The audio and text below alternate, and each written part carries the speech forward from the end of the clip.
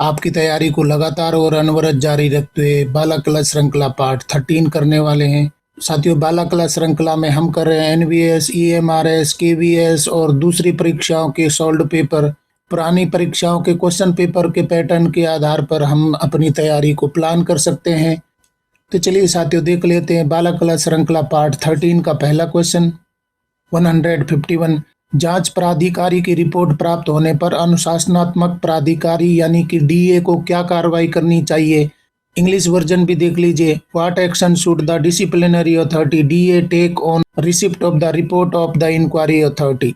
जांच प्राधिकारी यानी कि इंक्वायरी अथॉरिटी की रिपोर्ट प्राप्त होने पर अनुशासनात्मक प्राधिकारी डीए है, वो क्या कार्रवाई करेगा। ऑप्शन देख लेते हैं। रिपोर्ट की एक प्रति सरकारी कर्मचारी को अग्रेषित करना और 30 दिनों के भीतर लिखित अभ्यावेदन का अनुरोध करना। आगे के मार्गदर्शन के लिए केंद्रीय सतर्कता आयोग सीबीसी से परामर्श लेना। रिपोर्ट की एक प्रति सरकारी कर्मचारी को अग्रेषित करना और 15 दिनों के भीतर लिखित अभ्यावेदन का अनुरोध करना। डी ऑप्शन हो जाएगा। आरोपी कर्मचारी के खिलाफ तत्काल जुर्माना जारी करना। जांच प्राधिकारी यानी कि इंक्वायरी अथॉरिटी की रिपोर्ट प्राप्त होने पर अनुशासनात्मक प्राधिकारी यानी कि डिसिप्लिनरी अथॉरिटी है, डीए, आगे क्या कार्रवाई करेगा। सही उत्तर हमारा हो जाएगा सी हो जाएगा। रिपोर्ट की एक प्रति सरकारी कर्मचारी को अग्रेषित करना और 15 दिनों के भीतर लिखित अभ्यावेदन का अनुरोध करना। बहुत ही अच्छा क्वेश्चन है। जो भी रिपोर्ट प्राप्त हुई है आईएएस से, उसकी एक प्रति कर्मचारी को अग्रेषित की जाएगी और 15 दिनों के भीतर लिखित अभ्यावेदन के लिए अनुरोध किया जाएगा। यानी कि जो भी इंक्वायरी रिपोर्ट आई है उसके बारे में कर्मचारी से लिखित जवाब मांगा जाएगा कि आपके खिलाफ ये कार्रवाई की गई है, ये इंक्वायरी की गई है, आप लिखित में कोई जवाब देना चाहते हैं, अपने पक्ष में कोई बात रखना चाहते हैं, तो 15 दिनों के भीतर आपको ये कार्रवाई करनी होगी। सही उत्तर हमारा हो जाएगा सी हो जाएगा। अगला सवाल देख लेते हैं। 152, 3 महीने से अधिक की अनुपस्थिति की स्थिति में आवश्यक आदेश प्राप्त करने के लिए कौन जिम्मेदार है। बहुत ही अच्छा क्वेश्चन है। Who is responsible for receiving necessary orders in case of absence for more than 3 months. छात्र के अभिभावक, जेएनवी के प्रधानाचार्य, एनटीएस अधिकारी, क्षेत्रीय आयुक्त। 3 महीने से अधिक की अनुपस्थिति किसी बच्चे की होती है तो आवश्यक आदेश प्राप्त करने के लिए कौन जिम्मेदार होगा। आप देख लीजिए उत्तर कौन सा होने वाला है। Who is responsible for receiving necessary orders in case of absence for more than 3 months. सही उत्तर हमारा हो जाएगा बी हो जाएगा। जेएनवी के प्रधानाचार्य। यहाँ पर ऑप्शन में एनटीएस लिखा हुआ है तो मेरे हिसाब से एनवीएस होना चाहिए। एनवीएस अधिकारी हो जाएगा, परंतु क्वेश्चन पेपर में एनटीएस दिया है तो मैंने एज इट इज ले लिया।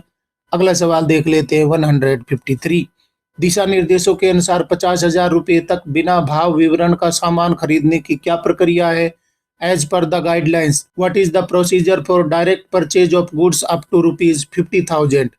कौन सा परचेज मेथड हो जाएगा। खुली निविदा हो जाएगी या सीमित निविदा होगी या बाजार सर्वेक्षण के बाद प्राचार्य द्वारा गठित स्थानीय खरीद सलाहकार समिति यानी कि पीएसी द्वारा माल की स्पॉट खरीद की जाएगी। या डी ऑप्शन में बताया गया है खरीदी जाने वाली वस्तुओं के उचित विवरण के साथ पूछताछ पत्र जारी करना। दिशा निर्देशों के अनुसार यानी कि परचेज प्रोसीजर गाइडलाइंस के अनुसार 50,000 रुपये तक बिना भाव विवरण का सामान खरीदने की प्रक्रिया क्या हो जाएगी। ऑप्शन हमारा हो जाएगा सी हो जाएगा। बाजार सर्वेक्षण के बाद प्राचार्य द्वारा गठित स्थानीय खरीद सलाहकार समिति यानी कि पीएसी द्वारा माल की स्पॉट खरीद की जाएगी। यानी कि सर्वेक्षण किया जाएगा, मार्केट सर्वे किया जाएगा। किसके द्वारा, जो लोकल परचेज कमेटी है उसके द्वारा मार्केट सर्वे किया जाएगा। कंपेयर करके रीजनेबल प्राइस जहां मिलती है उसके अनुसार खरीदी कर ली जाएगी। कितने रुपए तक के माल के लिए, 50,000 रुपये तक के माल के लिए। बहुत ही अच्छा क्वेश्चन है। इस प्रकार के क्वेश्चंस के लिए आप परचेज प्रोसीजर देखिए मेरे चैनल पर। आप परचेज प्रोसीजर से संबंधित सारे क्वेश्चंस वहां देख सकते हैं। माँ केसर देवी सीरीज में कंप्लीट जेम पर भी आधारित क्वेश्चंस हैं, वो भी आप देख सकते हैं। यहाँ पर सही उत्तर हमारा हो जाएगा सी हो जाएगा। अगला सवाल देख लेते हैं। 154, किस संगठन ने आईसीएमआर एनआईएन विशेषज्ञ समिति 2020 की सिफारिशों की पोषक तत्वों की आवश्यकताओं के आधार पर खाद्य टोकरी तैयार की है। What organisation has formulated the food basket based on the nutrient requirements of ICMR NIN expert committee 2020 recommendations.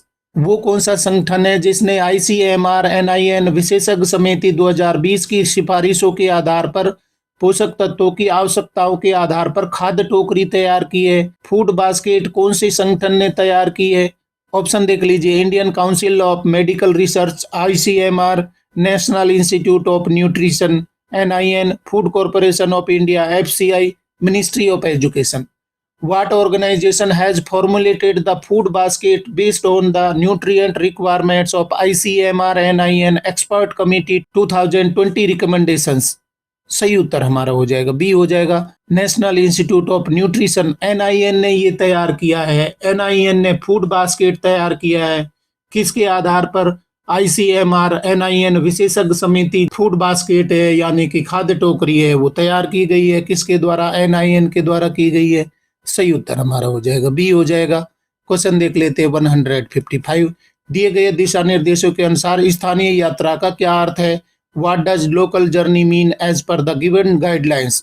कर्मचारी के निवास से की गई कोई भी यात्रा, उसी शहर की सीमा से आगे कोई यात्रा, शहरी समूह की सीमा के भीतर की गई कोई भी यात्रा जहां कर्तव्य का स्थान स्थित है, कर्मचारी के मुख्यालय में कर्तव्य बिंदु से 8 किलोमीटर के भीतर कोई यात्रा। तो लोकल जर्नी किसको बोलेंगे? TADA से संबंधित एक बहुत ही यूनिक सीरीज मेरे चैनल पर अवेलेबल है जिसको नाम दिया गया है सत्यवादी राजा हरिश्चंद्र सीरीज। आप वहां पर स्थानीय यात्रा क्या है उससे संबंधित क्वेश्चन भी देख सकते हैं। दूसरे ट्रेवलिंग अलाउंस रूल्स हैं वो भी देख सकते हैं। यहाँ पर बताया गया है कि लोकल जर्नी किसको कहेंगे। इनमें से कौन सा उत्तर ठीक हो जाएगा? सही उत्तर हमारा हो जाएगा सी हो जाएगा। शहरी समूह की सीमा के भीतर की गई कोई भी यात्रा जहां कर्तव्य का स्थान स्थित है यानी कि हेडक्वार्टर स्थित है, उसका कार्यस्थल है, वहां पर लोकेट है और उसी शहर के दायरे में वो यात्रा कर रहे हैं, तो उसको आप क्या बोल रहे हैं? लोकल जर्नी बोल रहे हैं। सही उत्तर हमारा हो जाएगा सी हो जाएगा। डियर फ्रेंड्स, क्वेश्चन पसंद आ रहे हैं तो लाइक बटन दबाइए, अपने यार दोस्तों को जरूर बताइए। अगला सवाल देख लेते हैं 156। महानिदेशक आपूर्ति एवं निपटान DGS&D के दर चल रहे अनुबंधों के अंतर्गत आने वाली वस्तुओं को खरीदने के लिए अनुशंसित दृष्टिकोण क्या है? What is the recommended approach for purchasing items covered under rate running contracts of Director General of Supplies and Disposals DGS&D? तो यहाँ पर बताया गया है महानिदेशक आपूर्ति और निपटान, जिसको शॉर्ट फॉर्म में DGS&D के जो दरें चल रही हैं या अनुबंध चल रहे हैं उनके अंतर्गत आने वाली वस्तुओं की खरीद के लिए अनुशंसित दृष्टिकोण क्या होगा? जो भी DGS&D की रेट हैं, दरें हैं या उस पर उपलब्ध दर या उस पर उपलब्ध अनुबंध हैं, उनके आधार पर वस्तुओं को खरीद के लिए कौन सा अनुशंसित दृष्टिकोण हो जाएगा? ऑप्शन देख लीजिए। गुणवत्ता आश्वासन की परवाह किए बिना खरीदारी करना, DGS&D द्वारा निर्धारित किसी भी दर पर खरीद, केवल अनुबंधित फर्मों से सीधे खरीद करना, यदि फर्म निर्धारित दरों पर सुनिश्चित गुणवत्ता प्रदान करती है तो सीधे उनसे खरीदारी करना। DGS&D की दरें हैं या यहाँ पर चल रहे कॉन्ट्रैक्ट के आधार पर कोई भी वस्तु आपको खरीद करनी है तो कौन सा दृष्टिकोण अपनाना होगा? सही उत्तर हमारा हो जाएगा डी हो जाएगा। यदि फर्म निर्धारित दरों पर सुनिश्चित गुणवत्ता प्रदान करती है तो सीधे उनसे खरीदारी करना, मतलब कि रेट कॉन्ट्रैक्ट होते हैं जो कि DGS&D पर होते हैं, CPPP पर भी अवेलेबल होते हैं, तो DGS&D की वेबसाइट है या CPPP पोर्टल पर अवेलेबल होते हैं। तो रेट कॉन्ट्रैक्ट के आधार पर या कोई कॉन्ट्रैक्ट चल रहे हैं उनसे डायरेक्ट खरीदी आप किस आधार पर कर सकते हैं? यदि फर्म उन निर्धारित दरों के अनुसार सुनिश्चित गुणवत्ता प्रदान करती है तो उनसे आप सीधे खरीदी कर सकते हैं। सही उत्तर हमारा हो जाएगा डी हो जाएगा। डियर फ्रेंड्स, परचेज प्रोसीजर पर आधारित कंप्लीट सीरीज मेरे चैनल पर अवेलेबल है, आप सारी देखिए और समझिए क्या मतलब होते हैं इनके, परचेजिंग कैसे की जा सकती है, क्या लिमिट होती है, सारी चीजें आप देख सकते हैं। अगला सवाल देख लेते हैं 157। बताए गए नियमों के अनुसार यौन उत्पीड़न की गुंजाइश कहाँ हो सकती है? Where can there be scope for sexual harassment as per the mentioned rules? साथियों, क्वेश्चन को बहुत ज्यादा घुमाया गया है। यौन उत्पीड़न की गुंजाइश, गुंजाइश का मतलब है कि कार्यस्थल पर यौन उत्पीड़न के कौन कौन से चांसेज होते हैं और उनको कैसे रोका गया है, किस तरीके से प्रतिबंधित किया गया है, कौन से कानून बनाए गए हैं, वो आपको बताना है। ऑप्शन देख लीजिए। कार्यस्थल पर महिलाओं का यौन उत्पीड़न रोकथाम निषेध निवारण अधिनियम 2013 की धारा 3(2), कार्यस्थल पर महिलाओं का यौन उत्पीड़न रोकथाम निषेध और निवारण अधिनियम 2013 का नियम 3(c), आचरण नियमावली का नियम 3, आचरण नियमों के नियम 3C और कार्यस्थल पर महिलाओं का यौन उत्पीड़न रोकथाम निषेध और निवारण अधिनियम 2013 की धारा 3(2). बताए गए नियमों के अनुसार यौन उत्पीड़न की गुंजाइश को कौन से नियमों के तहत रोका जा सकता है? सही उत्तर हमारा हो जाएगा डी हो जाएगा। आचरण नियमों के नियम 3C और कार्यस्थल पर महिलाओं का यौन उत्पीड़न रोकथाम निषेध और निवारण अधिनियम 2013 की धारा 3(2) में ये बताया गया है कि अगर कार्यस्थल पर यौन उत्पीड़न होता है तो यहाँ पर आचरण नियमों के नियम 3C में ये प्रतिबंधित किया गया है। और साथ में पोक्सो अधिनियम 2013 की धारा 3(2) है, ये प्रतिबंधित करती है कि कार्यस्थल पर यौन उत्पीड़न नहीं होना चाहिए। उसकी रोकथाम के लिए गुंजाइश को कहाँ खत्म किया गया है? CCS कंडक्ट रूल 3C में किया गया है। साथ में पोक्सो अधिनियम की धारा 3(2) में ये प्रतिबंधित किया गया है। सही उत्तर हमारा हो जाएगा डी हो जाएगा। साथियों, क्वेश्चन थोड़ा सा घुमाया गया है, लैंग्वेज है थोड़ी सी बदली गई है, परंतु ये आपको गौर करना है कि सबसे सटीक आंसर कौन सा होने वाला है। अगला सवाल देख लेते हैं 158। संविधान और लोकतांत्रिक मूल्यों की सर्वोच्चता को कायम रखने में एक सिविल सेवक की क्या भूमिका है? What is the role of a civil servant in upholding the supremacy of the constitution and democratic values? बहुत ही जबरदस्त क्वेश्चन है। संविधान और लोकतांत्रिक मूल्यों की सर्वोच्चता को कायम रखने के लिए एक सिविल सेवक की क्या भूमिका हो जाएगी? ऑप्शन देख लीजिए। अधिनायकवाद को बढ़ावा देना, संविधान की सर्वोच्चता की रक्षा और उसे कायम करना, लोकतांत्रिक क्रियाओं को कमजोर करना, संवैधानिक सिद्धांतों के अनदेखी करना। डियर फ्रेंड्स, क्वेश्चन में आप आंसर है एलिमिनेशन मेथड से निकाल सकते हैं। इसमें 3 नेगेटिव सेंस वाले आंसर है, तो सही पॉजिटिव वाला कौन सा हो जाएगा? बी हो जाएगा। संविधान की सर्वोच्चता की रक्षा और उसे कायम करना किसकी जिम्मेदारी हो जाएगी, भूमिका हो जाएगी? एक सिविल सेवक की हो जाएगी। बाकी ऑप्शन देख लीजिए। अधिनायकवाद को बढ़ावा देना ये नेगेटिव सेंस का है, इसके साथ में लोकतांत्रिक क्रियाओं को कमजोर करना ये भी नहीं हो सकता है, और संवैधानिक सिद्धांतों की अनदेखी करना, तो तीनों नेगेटिव सेंस के आधार पर एक पॉजिटिव बनता है, और वही हमारा उत्तर हो जाएगा। सही उत्तर हमारा हो जाएगा बी हो जाएगा। क्वेश्चन देख लेते 159। किन कानूनों में कंपनी के मालिक की जिम्मेदारी बताई गई है? Which laws state the responsibilities of the company owner? केवल श्रम कानून, मोटर वाहन अधिनियम और अन्य संबंधित अधिनियम जैसे श्रम कानून, सड़क कर, बीमा कानून, केवल मोटर वाहन अधिनियम, केवल सड़क कर। तो किन कानूनों में कंपनी के मालिक की जिम्मेदारी बताई गई है? कौन से कानून है जहां पर कंपनी का मालिक होता है, ओनर है, उसको रिस्पॉन्सिबल बताया गया है? सही उत्तर हमारा हो जाएगा बी हो जाएगा। मोटर वाहन अधिनियम और अन्य संबंधित अधिनियम जैसे श्रम कानून है, सड़क कर है, बीमा कानून है, तो उसके तहत जो कंपनी का मालिक है वो जिम्मेदार होगा। सही उत्तर हमारा हो जाएगा बी हो जाएगा। अगला सवाल देख लेते हैं 160। शैक्षणिक संस्थानों में खरीदारी के दिशा निर्देशों के अनुसार आमतौर पर अल्पकालिक योजना में कौन सी वस्तुएं शामिल होती हैं? According to purchasing guidelines in educational institutions, what items are usually included in short term planning? विज्ञान प्रयोगशाला उपकरण और पुस्तकालय पुस्तकें, विज्ञान प्रयोगशाला के लिए श्रव्य दृश्य सहायता और उपभोज्य वस्तुएं, प्रशिक्षण सहायक सामग्री और खेल उपकरण, फर्नीचर और छात्रावास उपकरण। तो शैक्षणिक संस्थानों में खरीदारी के दिशा निर्देशों के अनुसार आमतौर पर अल्पकालिक योजना में कौन सी वस्तुएं शामिल होती हैं, कौन सी चीजें अल्पकालिक योजना के तहत खरीदी की जाती हैं? सही उत्तर हमारा हो जाएगा सी हो जाएगा। प्रशिक्षण सहायक सामग्री और खेल उपकरण। प्रशिक्षण सहायक सामग्री है या खेल उपकरण खरीदे जाते हैं, उनको अल्पकालिक योजना के तहत खरीदी हुई वस्तुओं में शामिल किया जाता है। सही उत्तर हमारा हो जाएगा सी हो जाएगा। डियर फ्रेंड्स, पुरानी परीक्षाओं में पूछे गए क्वेश्चंस हैं वो आगामी परीक्षाओं के ट्रेंड को भी बताएंगे, साथ में आप अपनी तैयारी को प्लान भी कर सकते हैं। पुरानी परीक्षाओं के क्वेश्चंस है मैं लेकर के आ रहा हूँ बाला कला श्रृंखला में। लगभग 600 क्वेश्चंस हैं बाला कला श्रृंखला में, ओल्ड पेपर यानी कि सोल्ड पेपर पर आधारित हैं। आप सभी को देखिए और आने वाले परीक्षाओं के ट्रेंड को समझिए। आज के क्वेश्चन पसंद आ रहे हैं तो लाइक बटन दबाइए, साथ में ही आप कमेंट भी करिए और अपने यार दोस्तों को तो जरूर बताना है। अगला सवाल देख लेते हैं 161। निम्नलिखित में से कौन सा समूह सी पदों पर अनुकंपा नियुक्ति के संबंध में सही है? Which of the following is correct regarding compensate appointment to group C post? अनुकंपा नियुक्तियां आवेदक की श्रेणी पर विचार किए बिना केवल योग्यता के आधार पर की जाती हैं। अनुकंपा नियुक्ति के लिए चयनित व्यक्ति को उसकी जाति श्रेणी के अनुसार भर्ती रोस्टर में समायोजित किया जाएगा। नियुक्ति प्राधिकारी को अनुकंपा नियुक्ति के लिए रिक्तियां रोकने की अनुमति नहीं है। सीधी भर्ती कोटा के तहत अनुकंपा नियुक्तियां रिक्तियों के 5% से अधिक हो सकती है। निम्नलिखित में से कौन सी समूह सी पर अनुकंपा नियुक्ति के संबंध में सही कथन हो जाएगा? सही उत्तर हमारा हो जाएगा बी हो जाएगा। अनुकंपा नियुक्ति के लिए चयनित व्यक्ति को उसकी जाति श्रेणी के अनुसार भर्ती रोस्टर में समायोजित किया जाएगा। मतलब कि जो भी कंपनसेट अपॉइंटमेंट होता है उसको उस कैटेगरी के रोस्टर में शामिल कर लिया जाएगा। सही उत्तर हमारा हो जाएगा बी हो जाएगा। अगला सवाल देख लेते हैं 162। दिशा निर्देशों के अनुसार जेम के अलावा अन्य तरीकों से की गई खरीदारी के लिए GFR 2017 के तहत कौन से प्रमाण पत्र अपनाए जा सकते हैं? As per the guidelines which certificates can be adopted under GFR 2017 for purchases made through modes other than GeM. GFR 2017 के नियमों के अनुसार जेम के अलावा दूसरे तरीके से आप परचेजिंग करते हैं तो कौन से फॉर्म आप यूज करेंगे? प्रमाण पत्र यूज करेंगे।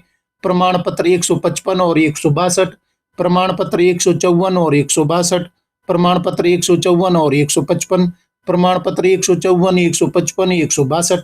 As per the guidelines which certificates can be adopted under GFR 2017 for purchase made through modes other than the GeM. सही उत्तर हमारा हो जाएगा डी हो जाएगा। प्रमाण पत्र 154 भी यूज होगा, 155 भी यूज होगा, 162 भी होगा। जो भी कंडीशन होगी उनके अनुसार ये प्रमाण पत्र है वो काम लिए जाएंगे। साथियों, जेम पर आधारित एक कंप्लीट सीरीज है माँ केसर देवी सीरीज। आप जेम के सारे क्वेश्चंस देखिए और समझिए जेम पर किस तरीके के क्वेश्चन हो सकते हैं। साथ में GFR पर आधारित क्वेश्चन सीरीज चल रही है। आप चैनल की प्लेलिस्ट में जाइए और सारे क्वेश्चन समझिए। यहाँ पर सही उत्तर हो जाएगा डी हो जाएगा। अगला सवाल देख लेते 163। नवोदय विद्यालय समिति NVS के भीतर स्थानांतरण चाहने के लिए कुछ कर्मचारियों को प्राथमिकता श्रेणी के रूप में नामित करने का उद्देश्य क्या है?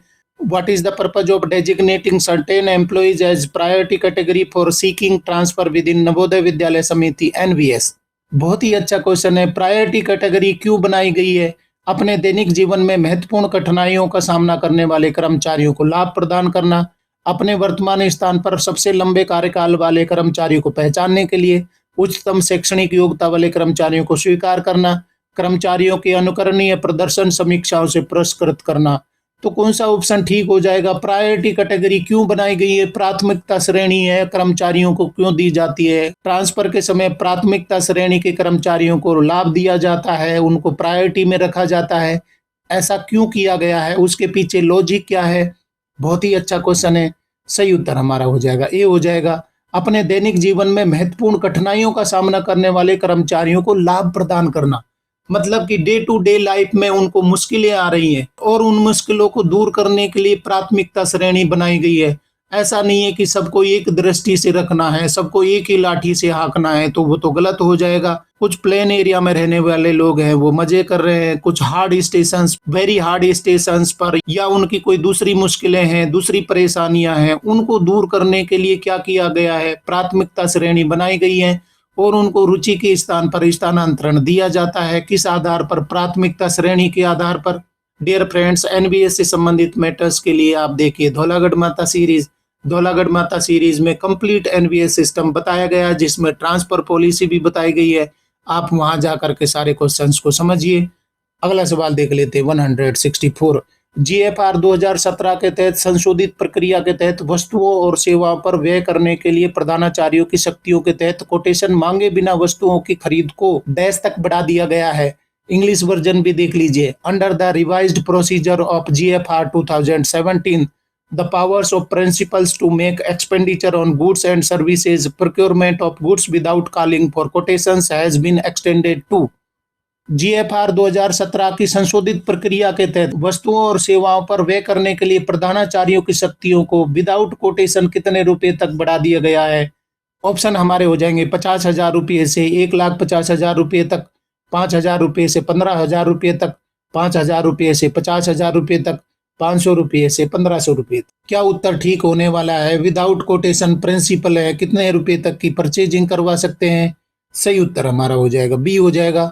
5,000 रुपये से 15,000 रुपये तक। पहले लिमिट कितनी थी? 5,000 रुपये थी, उसको बढ़ा करके कितना कर दिया है? 15,000 रुपये कर दिया है। 15,000 रुपये तक की खरीदी है, बिना कोटेशन मांगे आप कर सकते हैं, यानी कि डायरेक्ट आप परचेज कर सकते हैं। प्रिंसिपल को ये पावर दिया गया है कि 15,000 रुपये तक की परचेजिंग बिना कोटेशन के की जा सकती है। सही उत्तर हमारा हो जाएगा बी हो जाएगा। अगला सवाल देख लेते हैं 165।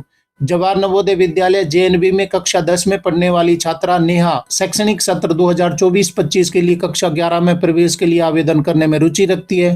हालांकि अपने परिवार के दूसरे शहर में स्थानांतरित होने के कारण नेहा वर्तमान जेएनवी में अपनी पढ़ाई जारी रखने में असमर्थ है। दिए गए मानदंडों के अनुसार नेहा किसी भिन्न जेएनवी में कक्षा 11 में प्रवेश के लिए कैसे आवेदन कर सकती है। बहुत ही लॉजिकल क्वेश्चन बताया गया है।